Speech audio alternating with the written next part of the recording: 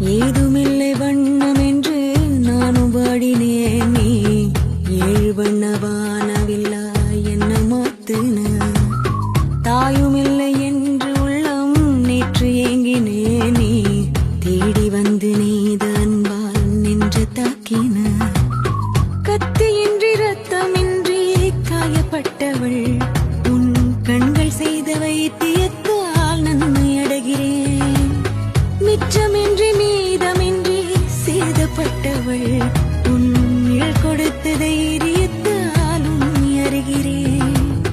உப்பு கல்லு தண்ணீருக்கு ஏக்கப்பட்டது.